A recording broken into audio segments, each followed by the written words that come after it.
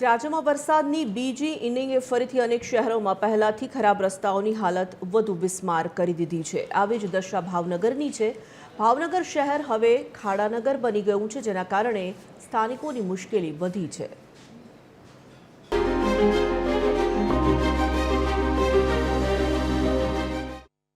ભાવનગર શહેરમાં વરસાદના બીજા રાઉન્ડ બાદ રસ્તાઓની હાલત ફરીથી બિસ્માર બની ગઈ છે। મહાનગરપાલિકા દ્વારા ખાડા પૂરવા માટે પેચવર્ક, કોલ્ડ મિક્સ અને હોટ મિક્સ જેવી પદ્ધતિઓનો ઉપયોગ કરવામાં આવ્યો હતો। આ કામગીરી પાછળ લાખો રૂપિયાનો ખર્ચ પણ કરવામાં આવ્યો હતો, પરંતુ વરસાદમાં બધું ધોવાઈ ગયું। ખાડા અને રખડતા ઢોર બંનેને કારણે અકસ્માતનો ભય વધી ગયો છે અને આ સ્થિતિથી ત્રસ્ત લોકો મનપાની કામગીરી પર સવાલો ઉઠાવી રહ્યા છે। खूब दुख साथे कहेवुं पड़े के भावनगरनुं तंत्र मात्र खाड़ा बूड़ीने संतोष मानते एवुं लागी रह्युं छे। खास करीने जोवा जईए तो अत्यारे तमे तमारी सामे छे जे रोड छे ई रोडमां तमे अत्यारे कपची नाखी छे, जेथी करी मोटी उंमરના कदाच वडीलो નીકળ્યા હોય અને બ્રેક મારવા જાય તો સ્લીપ થઈ જાય। ચોમાસું અને વરસાદ ચાલુ હોવાથી રોડના કામ મુલતવી રાખ્યા છે। લિમિટેડ સમય માટે જેવું કોરાળો નીકળશે, તાપ નીકળશે, તડકો નીકળશે કે તરત જ કામ ભાવનગર શહેરમાં લગભગ તમામ જગ્યાએ નવા રસ્તા બની રહ્યા છે।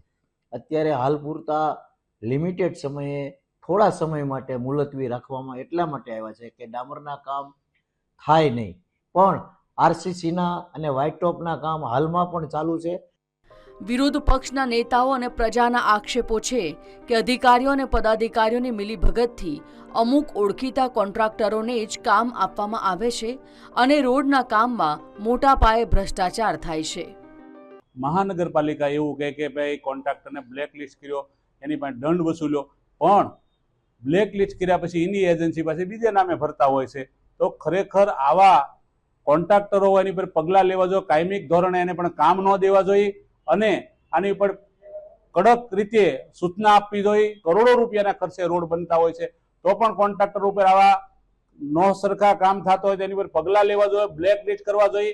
શા માટે નથી કરતા? પૈસા, પ્રજાના પૈસા બેફામ વહી થઈ રહ્યા છે। ભાવનગરની વાત તો અલગ છે, કારણ કે અહીં તો ભ્રષ્ટાચારી આખું તંત્ર જ ભ્રષ્ટાચારી છે। કોંગ્રેસ પક્ષે અનેકવાર રજૂઆત કરી, સમગ્ર ગુજરાતમાં કરી, પણ ભાવનગરના આ શાસકોને અધિકારી મને એવું લાગે છે કે ભાવનગરના પ્રજાજનોના પૈસા ખીચામાં નાખવા સિવાય એની મુશ્કેલી જોતા નથી।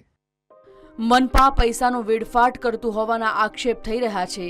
આ સાથે જ ભાવનગર વાસીઓ સવાલ કરી રહ્યા છે કે ખાડાનગરમાંથી મુક્તિ ક્યારે મળશે? ભાવનગરની પ્રજાને સારા રોડ ક્યારે મળશે? પ્રજાને તેમના સવાલોના જવાબો કોણ અને ક્યારે આપશે તે પણ એક સવાલ છે। ભાવનગરમાં વરસાદના બીજા રાઉન્ડ બાદ જે શહેરી વિસ્તારના જે રોડ છે તેની હાલત છે તે હાલ યથાવત થઈ ગઈ છે। કારણ કે જે પ્રકારે પ્રથમ વરસાદે રોડમાં ખાડા પડી ગયા હતા અને ત્યારબાદ મહાનગરપાલિકા દ્વારા લાખો રૂપિયાનો ખર્ચો કરીને રિપેરિંગ કરવામાં આવ્યો હતો, પરંતુ જે પ્રકારે આપ જોઈ રહ્યા છો કોલ્ડ મિક્સ, હોટ મિક્સ અને પરાજુ સહિતની વસ્તુઓ નાખીને રિપેર કરવામાં આવેલા રોડના ખાડા છે તે વરસાદના બીજા રાઉન્ડ બાદ યથાવત જેમના તેમ થઈ ગયા છે। એટલે કહી શકાય કે લોકોના લાખો રૂપિયા ટેક્સના છે તે હાલ પાણીમાં ગયા છે, એળે ગયા છે, કારણ કે જે રોડ છે તેની હાલત એની થઈ ગઈ છે। બિસ્માર રોડને લઈને ભાવેણા વાસીઓ છે તે પરેશાન થયા છે। ત્યારે ચોક્કસથી કહી શકાય કે એક તરફ રખડતા ઢોર અને બીજી તરફ ખાડાને લઈને લોકો પરેશાન થયા છે।